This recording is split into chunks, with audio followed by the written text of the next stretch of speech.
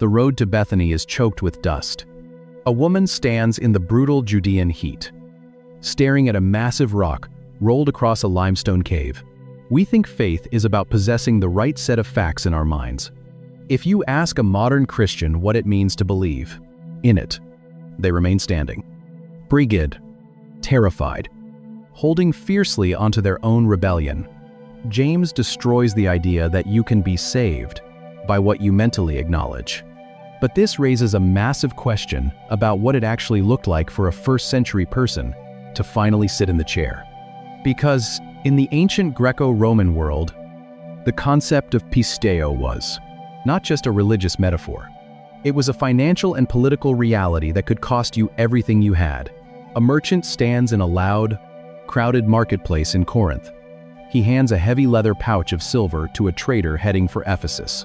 The merchant watches the wooden ship leave the harbor, carrying his entire livelihood across the dark water of the Aegean Sea. He has no tracking number. He has no insurance. He has only the word of the man on the deck. In the first-century Greco-Roman world, the word for what that merchant just did is PISTEUO. He entrusts his wealth. He commits his future. He transfers his weight. It is a commercial reality. It is a political bond. In the ancient patronage system, pistis, the root noun of belief, was the absolute glue of society. It was the currency of survival. They will usually give you a list of things they hold to be true. They will tell you about the virgin birth, the cross, the empty tomb. You did not merely believe a patron existed. You swore loyalty to him. You bound your family to his protection. You offered him your labor. He offered you his shield. PISTEUO is not a passive opinion. It is an active alliance. When a Roman Caesar claimed authority, you did not just nod at his chariot. You paid his taxes. You obeyed his laws. You trusted his army. You handed over the iron keys to the city gates. The wax seal was pressed into the document. The transaction was final. Belief was measured in blood and silver. If you read the New Testament through the lens of a first-century merchant or a Roman citizen, our modern idea of mental belief looks utterly absurd. You cannot mentally agree with a merchant ship and expect it to multiply your silver. You have to physically place your heavy pouch in the hull. You cannot intellectually agree with a king and expect his protection. You have to actually kneel on the stone floor of his court. Action is the only proof of trust. Movement is the only evidence of belief. This is exactly why Jesus never asks anyone to just agree with his theology. He says, "Follow me." He says, "Take up your cross." He says, "Sell what you have." They define belief as mental assent. Most people assume that when Jesus asks Martha this question, he is asking her to pass a theology test. He is demanding the continuous, ongoing, structural transfer of weight that the present active indicative requires. Every command is an invitation to step off your own foundation. But the clearest picture of what this total structural collapse actually looks like does not come from a Roman court or a Corinthian market. It comes from a terrified fisherman in the middle of a storm, staring at a figure on the water, and deciding to put his bare foot over the edge of a boat. The wind howls across the Sea of Galilee. The black waves tear at the oars. The wood of the small fishing boat groans under the crushing pressure. The 12 men inside are exhausted. They are terrified. They are soaked to the bone in the fourth watch of the freezing night. And then a figure steps out of the dark. Walking on the surface of the deep, Jesus speaks over the violent roar of the water. "Take heart, it is I. Do not be afraid." Look closely at what happens next. Peter does not ask for a theological explanation of buoyancy. He does not ask for a doctrinal statement on the physics of water displacement. He does not wait for a committee to verify the apparition. They assume he is asking her to nod her head at a concept, to intellectually consent that he is the Messiah. He asks for a command. "Lord, if it is you, command me to come to you on the water." Jesus says one word, "Come." Peter swings his bare foot over the wet rim. He lets go of the edge. He leaves the only solid object for miles. He transfers his entire weight onto a liquid surface that he knows perfectly well cannot hold a human body. This is not intellectual agreement. This is a structural collapse. He is walking on the impossible. He is living inside the present active indicative, the continuous motion of entrusting his mass to the word of the Messiah. But then the wind screams in his ear. He feels the cold spray against his face. He remembers his own weight. He calculates the physics. The continuous action of trusting the structure falters. He begins to sink. The cold water swallows his ankles. It rises to his knees. The darkness pulls him down into the abyss. But look at what Peter does. He does not turn around. He does not try to swim back to the safety of the wooden boat. He does not try to tread water in his own strength. He throws his empty hand into the freezing rain and screams, "Lord, save me!" Jesus immediately reaches out. His hand grabs Peter's arm. The descent stops. Belief is not the absence of sinking. It is the direction of your reach, to sign her name at the bottom of an invisible doctrinal statement. But if you look closer, if you look at the dust on his sandals, Peter failed the test of perfect, unwavering faith. But he perfectly executed PISTEUO. Because when gravity took hold and the water opened its mouth, he did not reach for the hull he had left behind. He reached for the master of the storm. He transferred his remaining weight, his absolute terror, his total helplessness, into the grip of the man standing on the sea. That grip is the only thing that holds him up. But most of us are not sinking in the Sea of Galilee. We are drowning in a much quieter sea. We live in an age of phantom doubt. We sit in sterile, air-conditioned rooms, scrolling through glowing glass screens, drowning in a sea of endless information. We listen to hours of theological debates through white plastic earbuds while sitting in morning traffic. We stack thick apologetics books on our nightstands, building fortresses of logic to protect us from the cold terror of uncertainty. And yet, the terror remains. When the midnight panic sets in, when the medical chart shows a dark shadow, when the bank account drops to zero, we wonder why our flawless theology feels so hollow. We assume our belief is failing. We assume we just need more data. So we hunt for another podcast. We search for a better argument. We try to force our minds to feel secure, and the tears on her face. If you look at the specific language he uses in that moment, you start to realize that the English translation, we are trying to hold up a heavy wooden chair with our minds. We tense our muscles. We keep our feet firmly planted on the floor, terrified to actually transfer our weight. But we tell ourselves we are sitting, because we agree the chair is in the room, and the tension is exhausting. What we call a crisis of faith is often just intellectual fatigue. Doubt is not a lack of perfect certainty. It is the physical exhaustion of holding your own weight. The reason your faith feels so fragile is because you are still carrying the load. You are treating PISTEUO as a cognitive exercise, instead of a structural collapse.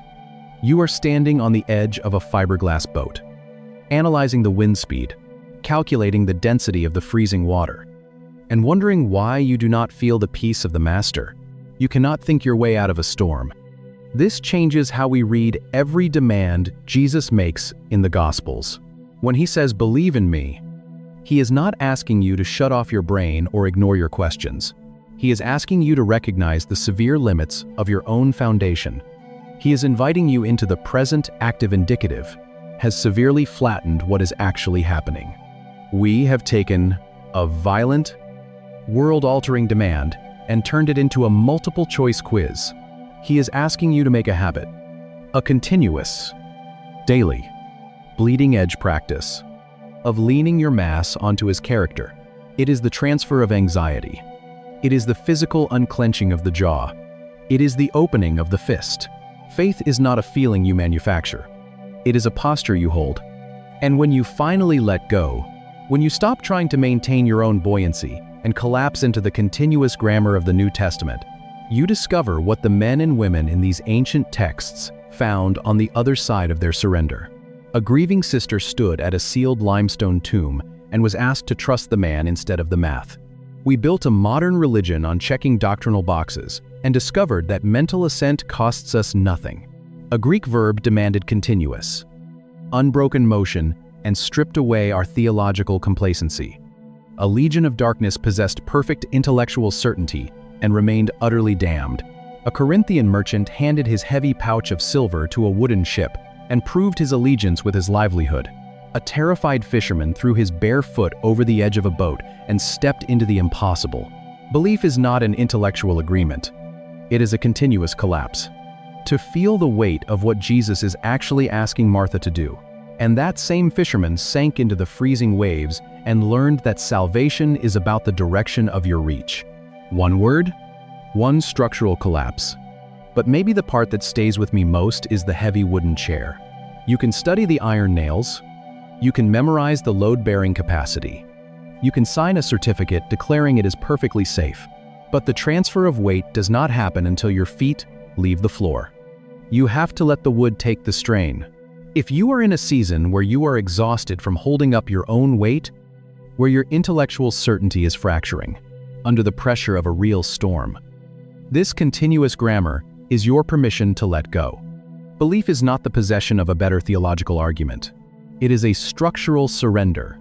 If this reached something in you, subscribe. Leave a comment, even one word helps. Share this with someone who is exhausted from trying to think their way out of a storm. Pray for us as we keep digging into these texts. And may the God who walks on the violent waves of your deepest terrors give you the courage to swing your foot over the edge and catch you the exact moment you begin to sink. You have to step out of our modern obsession with certainty. You have to look at the Greek word underneath the English text, and you have to see a grammatical rule that changes how you read every single command in the New Testament. Her brother has been in the dark behind that rock for 4 days. You can smell the myrrh and the faint, unmistakable scent of decay. The problem begins with our dictionaries. We open a book, we look up the word, we see synonyms like suppose, think, or accept. I believe it will rain. I believe the earth is round. I believe the keys are on the kitchen counter. It is a cognitive exercise. It is a filing cabinet in the mind. The drawer opens. The information slides inside. The cold metal pushes shut. The day continues. That is mental assent. And we have imported that exact definition straight into the modern church. We hand out tracts. We ask people to read a list of theological statements. We ask them to check a box. Do you believe Jesus is the Son of God? Yes. Do you believe he died on the cross? Yes.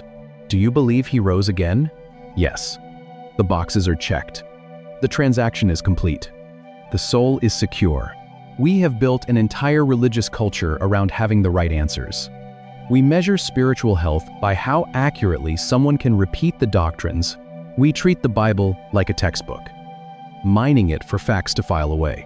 A man can sit in a padded pew every Sunday, listen to a sermon, and nod his head in total agreement. He can memorize the creeds.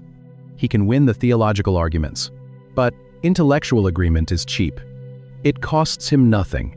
We can stand on the tarmac and agree that an airplane can fly. The weeping of the professional mourners creates a wall of sound. And then Jesus walks up to the tomb. We can study the aerodynamics. We can memorize the safety manual. We can watch the jet engines roar and feel the heat radiating off the asphalt. We can possess perfect, flawless information about the mechanics of flight. But we are not flying.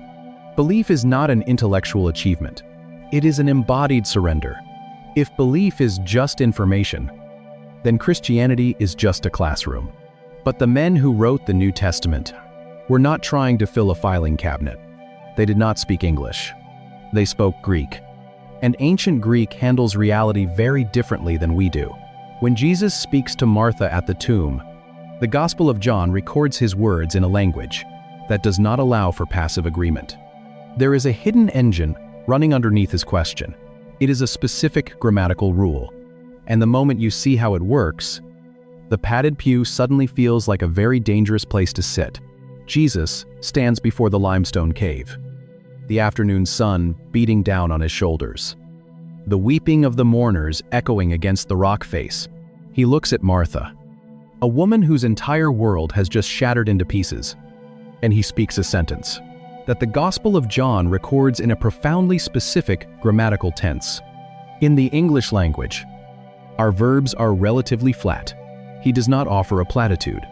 He does not put a hand on her shoulder and tell her that God works in mysterious ways. They usually just tell us when something happened in the past, the present, or the future. But the ancient Greek language is obsessively concerned with the kind of action taking place, not just the time it occurs. It cares deeply about the texture of the movement. When Jesus says, "He who believes in me," John does not write those words using the aorist tense.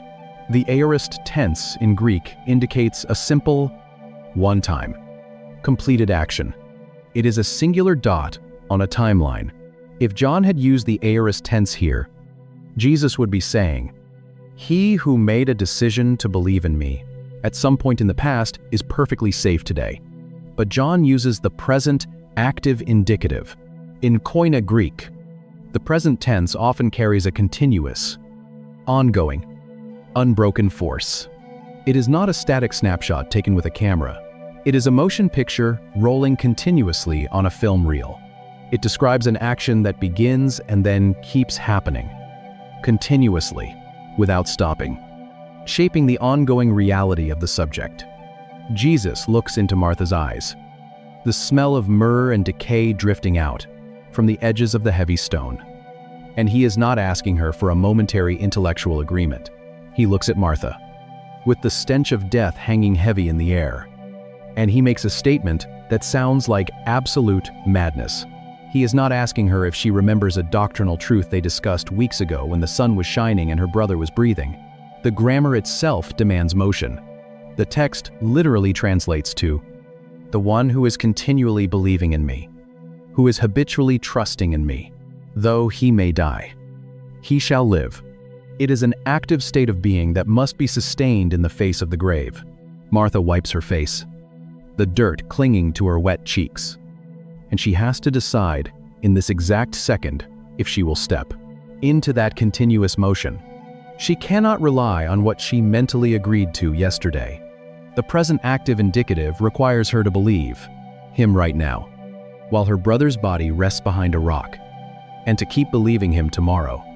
And the next day, belief is not a box you check at an altar. It is a posture you hold while standing in front of a grave. The continuous tense strips away all our modern religious complacency. It means you cannot point to a prayer you prayed 10 years ago as proof of your belief, any more than you can point to a breath you took 10 years ago as proof that you are still breathing. But the grammar is only half the revelation. To understand what Martha is actually being asked to, he says, "I am the resurrection and the life. He who believes in me, though he may die, he shall live." And then he asks her one question. In this continuous, unending motion, you have to look at the Greek word Jesus is using. We think of belief as a nod of the head, an intellectual signature, a verified fact. We treat it like ink on a page, but the Greek language shatters this illusion. Look at the word underneath the English text in John chapter 11. The word translated as believes is the Greek verb PISTEUO. It is the engine of the New Testament. It appears over 240 times, and its root is the noun pistis. It does not mean to agree with a concept. It means to entrust your well-being to an object. It means to lean your entire weight upon a structure. You can look at a heavy wooden chair. You can study the iron nails. You can measure the thick legs. You can calculate the load-bearing capacity. You can sign a certificate declaring the chair is safe. You can possess perfect information. That is mental assent. But PISTEUO does not happen until you sit down. It requires the physical transfer of your weight. The wood must take the strain. Your feet must leave the floor. You have to commit your mass to the structure. You cannot keep your legs flexed, holding yourself up, just in case the wood snaps. Do you believe this? You have probably heard that word your entire life. Believe. It is the central pillar of the Christian religion. You have to let go. You can see this vividly in how John uses the exact same word earlier in his gospel. In John chapter 2, verse 24, massive crowds are following Jesus. They are amazed by his miracles. They are nodding their heads. They believe his claims. But the text says Jesus did not PISTEUO himself to them. Most English Bibles translate that as Jesus did not entrust himself to them. He did not just disagree with them mentally. He refused to place his weight on them. That root changes everything. When Jesus asks Martha for belief, he is not asking for her intellectual signature on a doctrinal statement. He is asking her to collapse into his arms. Belief is not a theological exam. It is a structural surrender. If realizing the true cost of this ancient word is exposing the cracks in your own foundation, you're exactly who this channel is for. Drop a thought in the comments and hit subscribe. Because every week, we dig past the English translations to find the bedrock underneath. So the transfer of weight becomes the only metric of faith. You cannot fake a transfer of weight. You are either resting on the chair or you are standing on your own 2 feet. There is no middle ground. You cannot partially trust a parachute. But if PISTEUO requires this total collapse of self, what do we do with the most terrifying verse in the New Testament? It is the password at the gate of salvation. We treat belief like a light switch. You either have it flipped on or you don't. Because there is one group of creatures in the biblical text who possess perfect theology, flawless intellectual agreement, and absolutely zero salvation. A man lives among the dead, in the region of the Gerasenes. The iron shackles around his wrists and ankles have been shattered, the jagged metal edges scraping against the limestone tombs. You can smell dried blood and feral sweat. He screams through the night, cutting his own skin with sharp stones. A wooden boat scrapes against the wet sand of the shoreline. Jesus steps out. The man sees him from a distance. He runs. He falls to his knees in the dirt. And the legion of voices inside him screams a perfectly accurate, doctrinally flawless statement. What have you to do with me, Jesus, Son of the Most High God? The demons do not need an apologetics seminar. They do not need a 3-point sermon to convince them of his identity. They possess absolute, terrifying certainty about exactly who is standing in front of them. Their theology is impeccable. James, the half-brother of Jesus, watches this dynamic play out across his lifetime. And decades later, he writes a letter to a scattered, confused church. He takes aim directly at the deadly illusion of mental assent. He writes, "You believe that there is one God. We live in a culture that worships information. So, when we read the Bible, we naturally assume that God is after our correct information. Good. Even the demons believe that, and shudder." The Greek word James uses for the demon's belief is PISTEUO. But wait, if PISTEUO means to transfer your weight, to surrender, to collapse into the arms of the object, how can the text say, the demons PISTEUO? Because James is making a brilliant, mocking, devastating point. He is holding up a mirror to a church that has reduced faith to a list of facts. He is saying, if your definition of belief is merely agreeing that God is real and that Jesus is his son, congratulations. You have achieved the exact same spiritual status as the forces of darkness. The demons have absolute mental assent. They know the virgin birth is real. They know the miracles are authentic. They know his authority is absolute. They score a perfect 100% on the theological exam, but they will not submit. They will not transfer the weight of their allegiance. They will not bow their will to his kingship. Belief is not the collection of accurate divine data. It is the surrender of human autonomy. The demons tremble because they have the data without the surrender. They know the heavy wooden chair is real. They know exactly how much weight it can hold. But they absolutely refuse to sit.